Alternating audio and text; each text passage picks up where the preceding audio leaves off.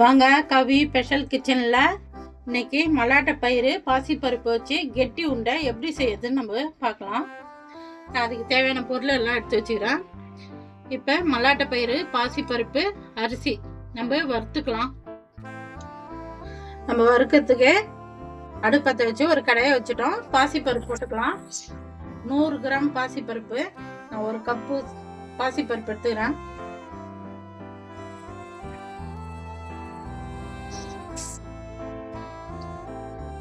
அஞ்சு ஏலக்காய் போட்டுக்கலாம். இதுல வறுத்துக்கலாம். நம்ம ஏலக்காய் போட்டு பாசி பருப்பு வறுபட்டுச்சு. இப்ப நம்ம பாசி பருப்பு எடுத்துக்கலாம். புழுங்கல் அரிசி 100 கிராம் எடுத்துக்கலாம். இதுக்கு புழுங்கல் அரிசி தான் போடணும், அப்பதான் நல்லா இருக்கும்.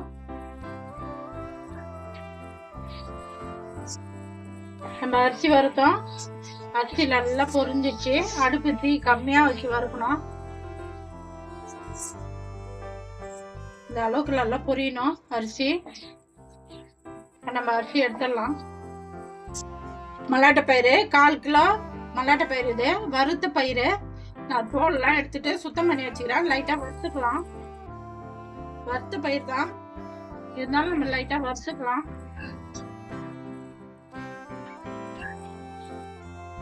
மல்லாட்டை பயிறு கொஞ்சம் சூடு ஏறினா போதும். வறுத்த பயிர் தான் இது. எடுத்துடலாம். நம்ம அரிசி பாசி பருப்பு ஏலக்காய் வறுத்தோம். சூடு ஆறிச்சு ஃபேன் காத்துல. நான் ஃபேன் காத்துல கொண்டாந்து வச்சேன். சூடு ஆறிச்சு. இப்போ மிக்சியில் நம்ம போட்டு பவுடர் பண்ணிக்கலாம். நல்லா நைஸாக பவுடர் பண்ணணும். மிக்சியில் நம்ம அரிசி பாசி பருப்பு பவுடர் பண்ணோம். பவுடர் ஆயிடுச்சு. இப்போ தட்டுக்கு மாற்றிக்கலாம்.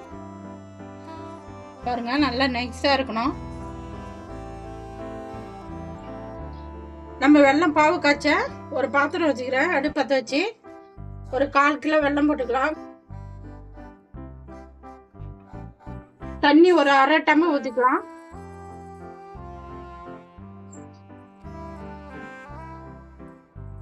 வெல்லம் கரையிட்டோம். நல்லா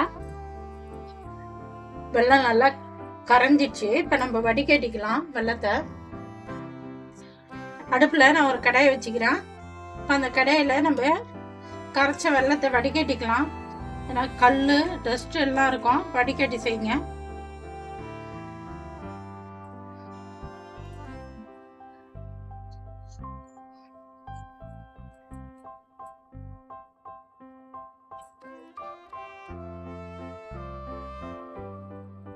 பாவு நல்லா கொதிக்குது.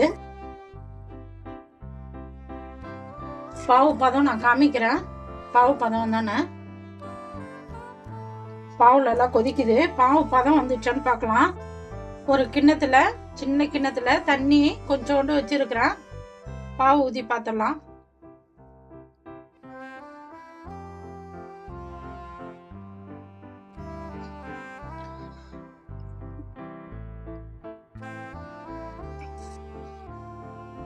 பாவு பதம் வந்துச்சு. நம்ம அடுப்பு ஆஃப் பண்ணிக்கலாம்.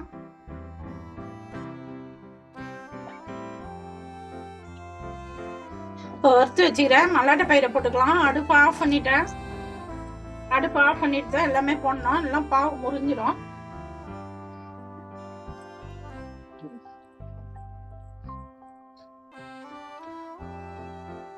பாசி பருப்பு அரிசி வறுத்து வச்சுக்கிறோம்.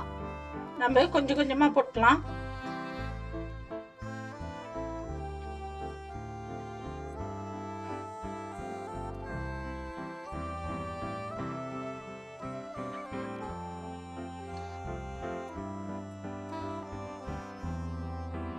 கொஞ்சம் சூடு ஆகட்டும். நம்ம கையில நெய் தடவிட்டு சின்ன சின்ன பால் மாதிரி பிடிச்சிக்கலாம். கொஞ்சம் சூடு ஆறிச்சு. இப்போ நம்ம எடுத்து பால் பிடிச்சிக்கலாம். சுத்தமாக ஆறிட்டா பால் பிடிக்க வராது, கட்டி ஆயிடும்.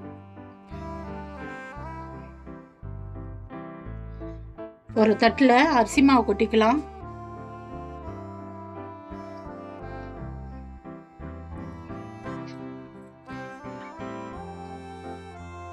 கையில் நெய் தடவிக்கலாம். அப்போ தான் கையில் ஒட்டாமல் வரும். கொஞ்சமாக எடுத்துக்கலாம்.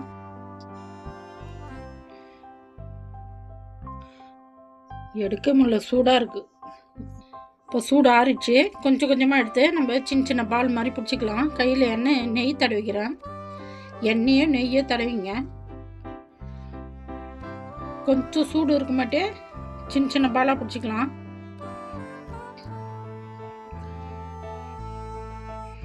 நல்லா அழுத்தி பிடிங்க.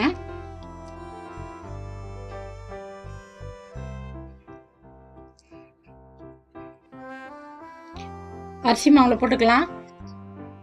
அரிசி மாவில் போட்டு ஒரு பெரட்டி 38 தட்டு எடு.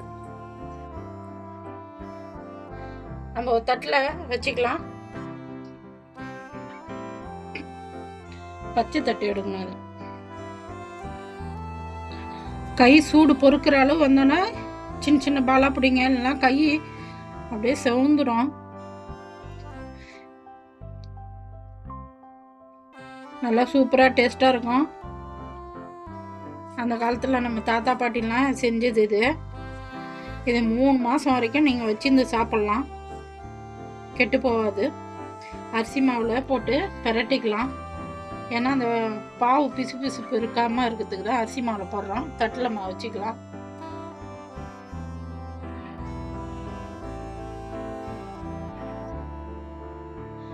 வாங்க கவி ஸ்பெஷல் கிச்சனில் இன்னைக்கு மல்லாட்டை பயிறு பாசிப்பருப்பு வச்சு கெட்டி உண்டை எப்படி செய்யறதுன்னு பார்த்தோம்.